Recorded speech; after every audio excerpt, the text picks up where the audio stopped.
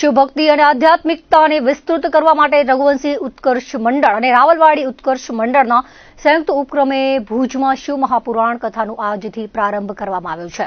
આ કથાનો આજથી 12 એપ્રિલ સુધી રઘુવંશી નગર રાવલવાડી રિલોકેશન જલારામ મંદિર ચોક ખાતે યોજાશે। આ કથાના વ્યાસપીઠે શાસ્ત્રી હરીશભાઈ જોશી મંગવાણાવાળા ઉપસ્થિત રહી શિવ મહાપુરાણના પવિત્ર શ્લોકો દ્વારા ભક્તજનોને શિવત્વ અને અધ્યાત્મનું માર્ગદર્શન આપશે। શુક્રવારે સવારે વાજતે ગાતે પોથી યાત્રા નીકળી હતી, જેમાં બહોળી સંખ્યામાં ભાવિકો જોડાયા હતા। વાજતે ગાતે નીકળેલી પોથી યાત્રા કથા મંડપે પહોંચ્યા બાદ સુહાની પુજારાના હસ્તે દીપ પ્રાગટ્ય કરાયું હતું। કથાના પ્રારંભે વક્તાએ શિવ મહાપુરાણના મહાત્મ્યની સમજ આપી હતી। કથાના હેતુસર સતી ચરિત્ર, દ્વાદશ જ્યોતિર્લિંગ કથા અને હોમાત્મક લઘુરુદ્ર ભવન જેવા પવિત્ર ધાર્મિક કાર્યક્રમોનું આયોજન કરવામાં આવશે। આચાર્ય પદે અતુલભાઈ વિશ્વનાથ જોશી વિધિ વિધાન સંપન્ન કરાવશે।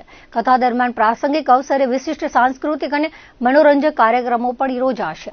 કથા દરમિયાન પ્રાસંગિક અવસરે વિશિષ્ટ સાંસ્કૃતિક અને મનોરંજન કાર્યક્રમો પણ યોજાશે, જેમાં સંગીત સંધ્યા, હાસ્ય નાટક, હાસ્ય દરબાર, દાંડિયા રાસ, સુંદરકાંડના પાઠ, ધાર્મિક ભજન સંધ્યા વગેરેનું પણ આયોજન કરાયું છે।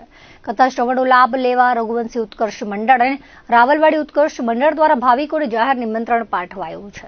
रघुवंशी नगर रावलवाड़ी रिलोकेशन जलाराम मंदिर मध्य भव्य शिव कथा નું આયોજન થઈ રહ્યું છે। અમારા પ્રમુખ શ્રી કલ્પેશભાઈ રવિલાલભાઈ ઠક્કરના નેજા હેઠળ સમગ્ર આયોજનનો આખરી ઓપ આપી દેવામાં આવ્યું છે। અત્યારે 10:30 વાગે શોભાયાત્રા અને બપોરે 3 વાગે કથા પ્રારંભ થશે। કથાની અંદર વિશિષ્ટ એવા 12 જ્યોતિર્લિંગ મંદિર બનાવવામાં આવ્યા છે। ભુજ શહેરની અને રાવલવાડી રિલોકેશનની જનતાના દર્શન કરવા માટે અને રાત્રિના દરરોજ 10 વાગે ભવ્ય કાર્યક્રમોનું આયોજન છે, જેની અંદર મુંબઈના ગ્રુપો તેમજ કચ્છ અને ગુજરાતના જાણીતા લોકગાયક એવા ઓસમાણભાઈ મીરનો તારીખ 12/4ના સંતવાણીનો કાર્યક્રમ રાખવામાં આવેલ છે।